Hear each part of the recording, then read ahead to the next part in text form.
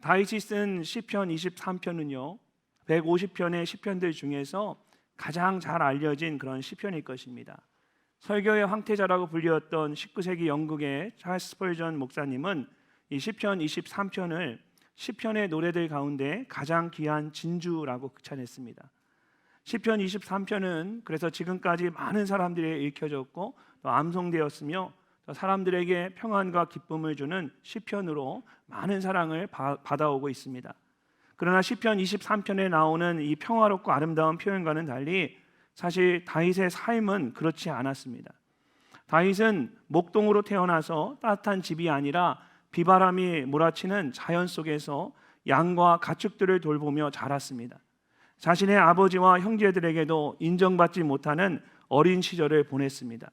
젊어서는 이스라엘의 왕이었던 사울로부터 미움과 시기를 받았고 10년이 넘는 오랜 시간 동안 생명을 지키기 위해서 광야와 동굴로 도망을 다녀야 했습니다.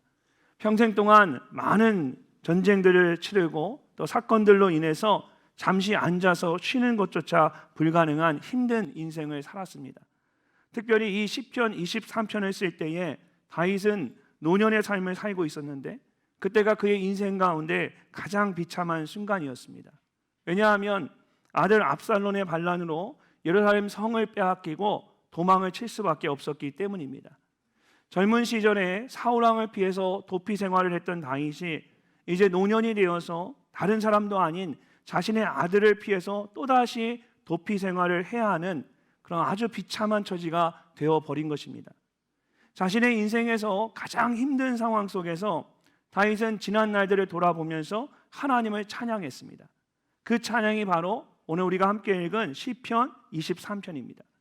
시편 23편이 다른 시편들보다도 더 감동적인 것은 이것이 단순히 아름다운 언어와 표현으로 이루어진 시가 아니라 바로 다윗의 삶이 녹아져 내려 있는 진실한 그의 삶의 고백이기 때문입니다. 저는 오늘 이 시편 23편을 가지고 다윗의 넘치는 감사라는 제목으로 말씀을 함께 나누려고 합니다. 다윗은 1절에서 여호와는 나의 목자시니 내게 부족함이 없다라고 고백합니다. 또한 5절에서는 내 잔이 넘치나이다 라고 고백합니다. 이것은 잔에 포도주가 가득해서 이 잔 위로 흘러 넘치는 것을 의미합니다. 다윗은 포도주가 차서 넘치듯이 넘치는 감사를 하나님께 올려드리고 있습니다. 이렇게 힘든 상황 속에서 여러분 다윗은 어떻게 넘치는 감사를 하나님께 드릴 수 있었을까요? 이제 다음 주일이면 추수감사 주일입니다. 한 해를 돌아보면서 하나님의 은혜에 감사하는 아주 귀한 시간입니다. 오늘 이 말씀을 통해서 다윗의 넘치는 감사에 대해 함께 살펴보고 우리도 다음 주일에 다윗과 같이 넘치는 감사를 하나님께 올려드릴 수 있기를 바랍니다. 첫 번째로 다윗은 하나님께서 나를 인도하셨습니다 라고 감사했습니다. 하나님께서 나를 인도하셨습니다. 2절과 3절 말씀을 우리 함께 한번 읽어보도록 하겠습니다. 그가 나를 푸른 풀밭에 누이시며 쉴만한 물가로 인도하시는도다. 내 영혼을 소생시키시고 자기 이름을 위하여 의의 길로 인도하시는도다. 아멘. 다윗은 하나님께서 자신을 푸른 풀밭에 누이시고 쉴만한 물가로 인도하신다라고 찬양했습니다. 내 영혼을 일으키시고 생명의 길로 인도하셨음에 감사를 드렸습니다. 그럼 우리가 이 말을 잘 이해하기 위해서는 먼저 목자와 양에 대해서 좀 이해를 해야 합니다.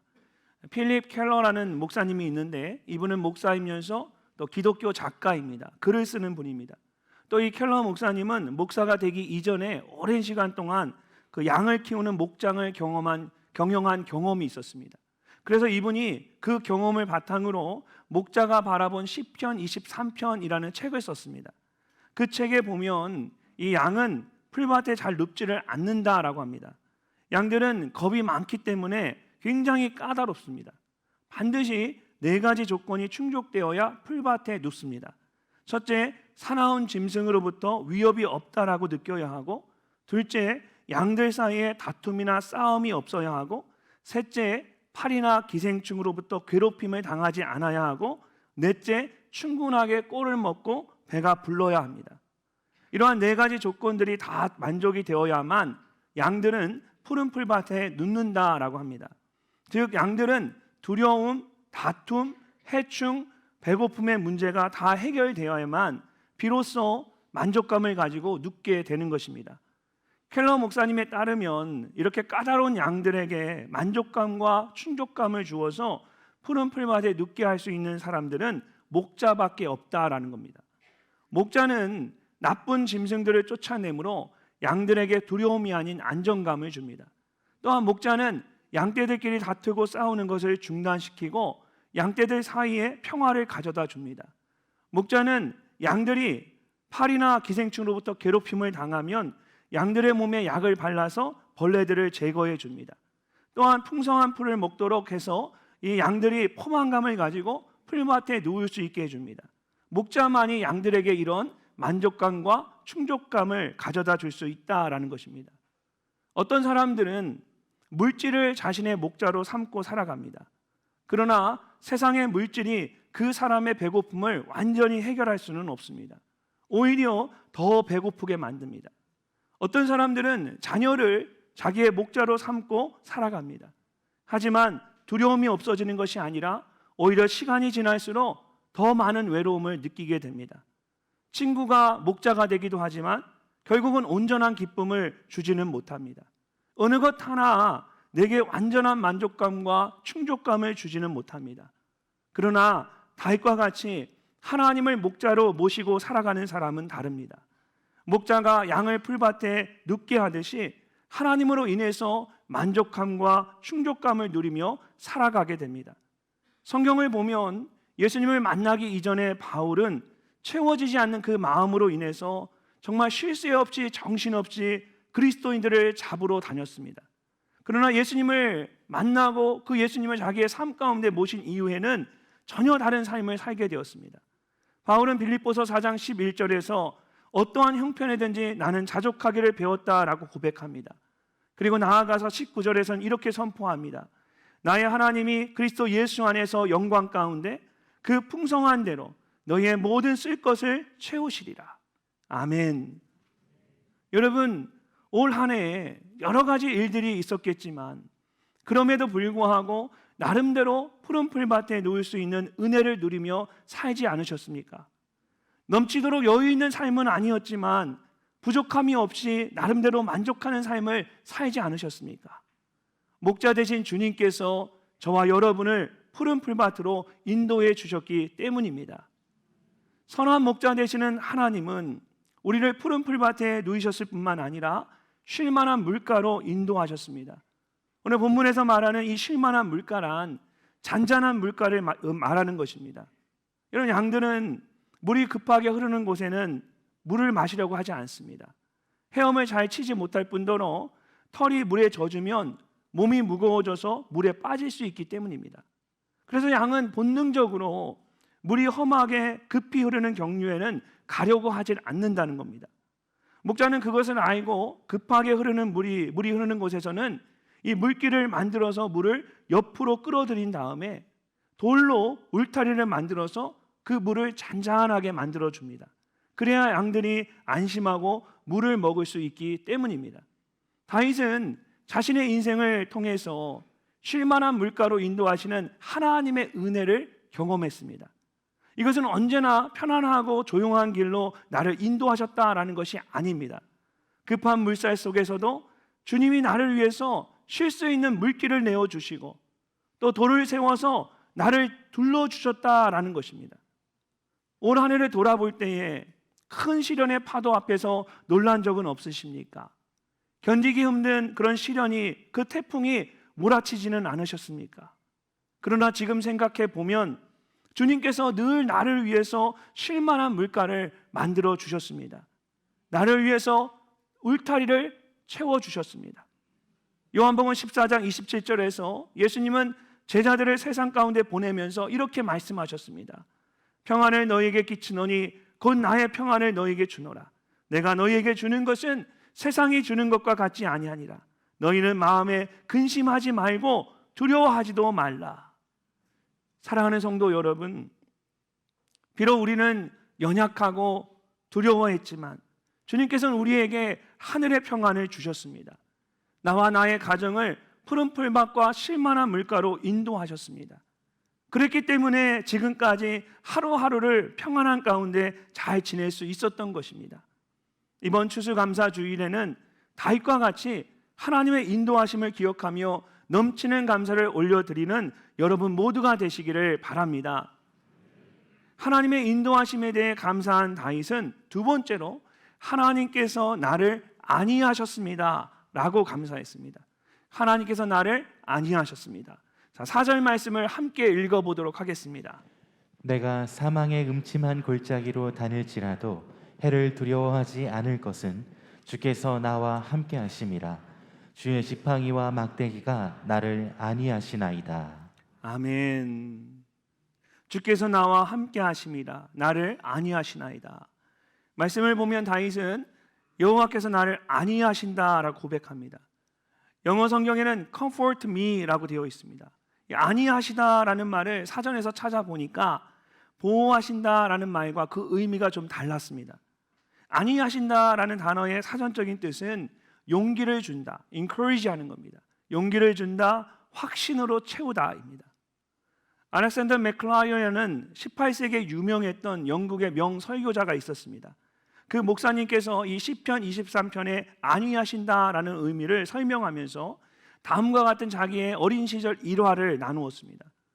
목사가 되기 전에 16살이라는 어린 나이로 글래스코라는 그런 작은 도시에서 첫 직장 생활을 하게 되었습니다. 주중에는 글라스코에서 하숙 생활을 하고 이제 주말에는 부모님과 함께 살았던 시골 집에 돌아와 지냈습니다. 근데 그의 집은 직장이 있는 글라스코로부터 약 10km 정도가 떨어진 곳에 있었습니다. 그리고 이 글라스코와 그의 집 사이에는 깊은 협곡이 있었습니다. 그 계곡 아래에 공동묘지가 있었는데 아주 오래전부터 사람들은 그곳에 귀신들이 산다라고 말하고 있었어요. 그런데 맥클라이어는 낮에도 홀로 그곳을 지나가는 것이 두려웠습니다. 특히 한밤중에 그곳을 홀로 지나간다라는 것은 생각조차 하지 못했던 일입니다. 근데 어느 월요일 아침에 이제 집에서 나와서 글라스코로 출근하려는데 그에게 아버지가 말하는 겁니다. 토요일 직장이 다 끝나면 토요일 밤에는 꼭 집에 돌아와서 잠을 자야 한다. 근데 그 주 토요일 저녁에 이제 직장에서 회식이 있기 때문에 이 맥클라이어는 직장에서 회식을 하고 그날 저녁에 하숙집에서 자고 주일날 아침 일찍 이제 집에 오려고 생각하고 있었던 거예요. 왜냐하면 한밤중에 공동묘지가 있는 그 협곡을 지나오는 것이 굉장히 두려웠기 때문입니다. 근데 그의 아버지는 말하기를 얘야 너는 토요일 저녁에 아직까지 한 번도 밖에서 잠을 잔 일이 없지 않니? 난 토요일 저녁에 꼭 너를 보고 싶구나. 그러니 토요일 저녁에 늦게라도 꼭 집에 돌아오거라 이렇게 말하는 거예요. 이런 아버지의 말에 이 맥클라이언이 할 수 없이 토요일 저녁에 제가 늦게라도 돌아오겠습니다 말하고 대답하고 갔습니다. 그 한 주간 계속해서 직장에서 일하면서 토요일 저녁에 그 무서운 협곡을 공동묘지를 혼자 지나갈 생각을 하면서 막 두려워하는 거예요. 토요일 저녁에 회식이 다 끝나고 이제 자기 물건을 챙겨서 그가 공동묘지가 있는 그 협곡을 그 밤에 혼자 지나가기 시작합니다. 용기를 내기 위해서 막 찬송을 부르면서 걸었습니다. 한참 앞만 보고 걸어가다가 문득 옆을 봤더니 공동묘지가 딱 보이는 거예요. 너무 두려운 생각이 들어서 하숙집으로 방향을 돌려서 다시 뛰어가고 싶었습니다. 게다가 저 앞에서 누가 자기를 향해서 걸어오는 발자국 같은 소리가 막 들리기 시작하는 거예요. 그는 하숙집을 향해 뛰어가려고 방향을 막 돌렸습니다. 근데 순간적으로 갑자기 멈춰서는 거예요. 왜냐하면 그 발자국 소리가 잘 들어보니까 뭔가 익숙한 소리였던 거예요. 어둠 속에서 그를 향하여 걸어오는 그 발자국 소리는 바로 그의 아버지의 발자국 소리였습니다. 아버지는 아들이 협곡을 홀로 걷는 것을 두려워할 것을 알고 아들을 마중 나왔던 겁니다. 아버지는 그에게 내가 너무 보고 싶어서 내가 마중 나왔단다 라고 했습니다. 아버지와 함께 아들이 그렇게 어깨를 나란히 하고 공동묘지를 통과했습니다. 아버지와 함께 걸어가는 이 맥클라리언에게는 더 이상 두려움이 없었습니다. 아버지가 아들과 함께 나란히 걸어가는 것, 이것이 바로 안위하신다라는 단어의 의미라는 겁니다. 단순히 환난과 시련으로부터 나를 건져주시고 그것들을 없애주는 것이 아닙니다. 환난과 시련 속에서 함께 계심으로 내게 용기를 불어넣어 주시고 두려움 없이 걸어갈 수 있도록 해 주시는 것이 여호와의 안위하심입니다. 모세를 애굽으로 보내면서 하나님은 모세의 그 미숙한 말 재주를 바꿔놓지 않으셨습니다. 대신 하나님께서는 모세에게 내가 너와 함께 가겠다라고 약속하셨습니다. 이사야 51장 12절을 보면 세상으로 인해 두려워 떠는 이스라엘 백성들에게 하나님이 이렇게 말씀하십니다. 너희를 위로하는 자는 나 곧 나이니라. 너는 어떠한 자이기에 죽을 사람을 두려워하며 풀같이 될 사람의 아들을 두려워하느냐. 우리를 위로하시는 하나님께서 우리와 함께 계시는 줄로 믿습니다. 그렇기 때문에 우리가 두려워해야 할 것은 세상이 아니라는 것입니다. 사도 바울도 고린도서 1장에서 우리가 믿고 따르는 하나님이 모든 위로의 하나님이다라고 말합니다. 그리고 하나님의 위로에 대해 이렇게 말합니다. 우리 함께 한번 읽어보겠습니다. 우리의 모든 환난 중에서 우리를 위로하사 우리로 하여금 하나님께 받는 위로로서 모든 환난 중에 있는 자들을 능히 위로하게 하시는 이시로다. 그리스도의 고난이 우리에게 넘친 것 같이 우리가 받는 위로도 그리스도로 말미암아 넘치는도다. 아멘. 여러분, 비록 올 한 해가 넉넉하거나 순탄하지는 않았지만 바울의 고백처럼 하나님의 안위하심이 넘치는 한 해를 보내지 않으셨습니까? 두려워하지 말라, 내가 너와 함께함이라고 말씀하신 하나님께서 나와 함께 하셨고, 놀라지 말라, 나는 내 하나님이 되리라 말씀하신 하나님이 내 하나님이 되어주셨고, 내가 너를 굳세게 하리라, 참으로 너를 도와주리라, 참으로 나의 오른손으로 너를 붙들리라 말씀하신 하나님이 나를 붙잡아 주셨습니다. 이처럼 하나님께서 나를 안위하셨다라는 것을 기억하고 이번 추수감사주일에는 그 어느 때보다 넘치는 감사를 하나님께 올려드리는 여러분이 되시기를 바랍니다. 하나님의 인도하심과 안위하심에 대해 감사한 다윗은 마지막으로 하나님의 집에 영원히 살 수 있음을 감사했습니다. 자, 6절 말씀을 우리 함께 읽어보도록 하겠습니다. 내 평생의 선하심과 인자하심이 반드시 나를 따르리니 내가 여호와의 집에 영원히 살리로다. 아멘. 내가 여호와의 집에 영원히 살리로다.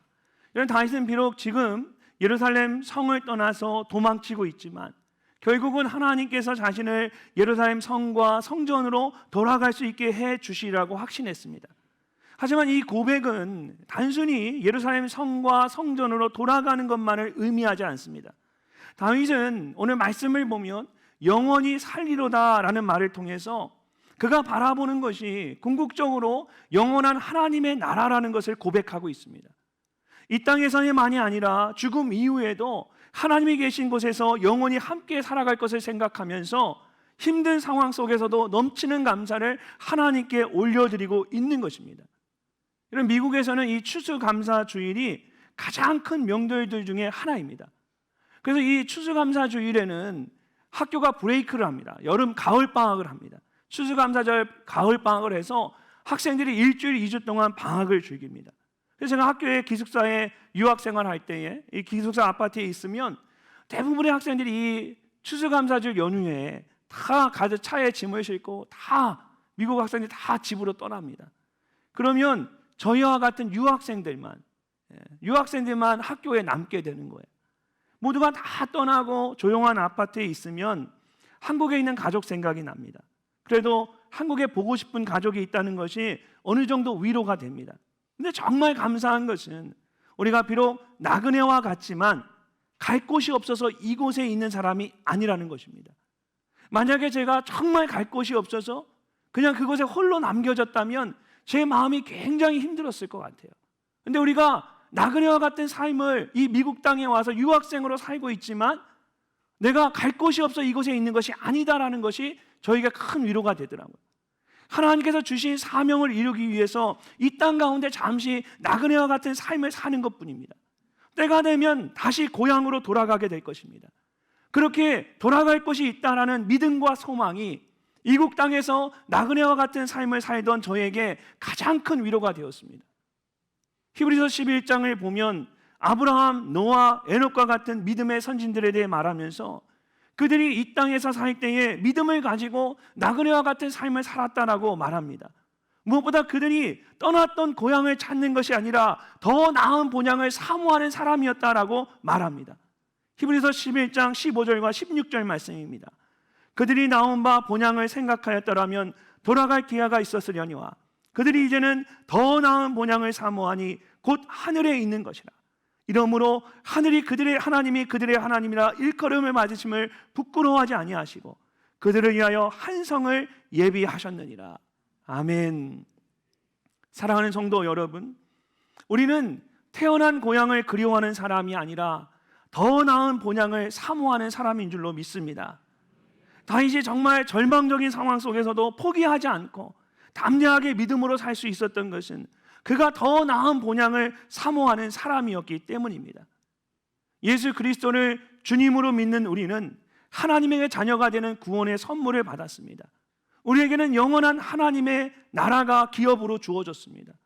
요한복음 14장 1절에서 3절까지의 말씀을 보면 예수님께서 우리에게 이렇게 말씀하십니다. 우리 함께 한번 읽어보겠습니다. 너희는 마음에 근심하지 말라. 하나님을 믿으니 또 나를 믿으라. 내 아버지 집에 거할 곳이 많도다. 그렇지 않으면 너희에게 일렀으리라. 내가 너희를 위하여 거처를 예비하러 가노니 가서 너희를 위하여 거처를 예비하면 내가 다시 와서 너희를 내게로 영접하여 나 있는 곳에 너희도 있게 하리라. 아멘. 결혼한 후에 월세방을 전전하다가 전셋집으로 옮기고 열심히 노력해서 마침내 내 집을 마련할 때 여러분 그 기쁨이 얼마나 크겠습니까? 그러나 우리의 마음이 그곳에 머물러 있어서는 안 됩니다. 저와 여러분은 천국을 분양받은 사람들입니다. 이 땅에서의 삶과 비교할 수 없는 영원한 생명과 기쁨이 우리에게 보장되어 있습니다. 그곳에서 하나님과 영원히 함께 살 수 있다는 것이 얼마나 귀한 일입니까? 다윗과 같이 내가 여호와의 집에 영원히 함께 할 수 있다는 것만으로 우리가 넘치는 감사를 하나님께 드릴 수 있는 줄로 믿습니다. 이번 추수감사주일에는 다른 어떤 것이 아니라 여호와의 집을 바라보며 감사할 수 있는 여러분이 되시기를 바랍니다. 어느 목사님이 이웃에 있는 교회에 설교를 부탁을 받았습니다. 그러기로 약속을 하고 이제 날짜가 거의 되어갈 무렵에 그 교회 전도사님에게 전화가 왔습니다. 이제 다음 주일 예배 주보를 만드는데 목사님 설교 본문과 제목을 알려달라라는 겁니다. 목사님이 본문은 시편 23편 1절부터 6절까지입니다 라고 말하자 전도사님은 그대로 되뇌며 제목은요? 라고 물었습니다. 목사님은 제목은 여호와는 나의 목자시니 하고 대답했습니다. 전도사님은 여호와는 나의 목자시니 하고 받아 적으면서 그 다음에는요? 하고 물었습니다. 목사님이 그거면 됐지 뭐가 필요해? 라고 말씀하셨어요. 그래서 전도사님이 알겠습니다 목사님 다음 주일에 뵙겠습니다 하고 인사를 하고 전화를 끊었습니다. 이제 약속한 날이 되어서 준비한 설교 원고를 가지고 이제 설교하러 그 교회에 가셨어요. 전도사님이 건네주는 주보를 가지고 이제 자리에 앉아서 기도하고 나서 이제 주보를 펼쳐 보는 겁니다. 본인이 설교할 예배의 순서를 확인하고 준비하기 위해서 주보를 보다가 이 목사님이 깜짝 놀랐습니다. 성경은 시편 23편 1절부터 6절까지 적혀 있는데 그 다음에 오늘 설교의 제목이 이렇게 기록되어 있었어요. 여호와는 나의 목자시니 그거면 됐지 뭐가 필요해?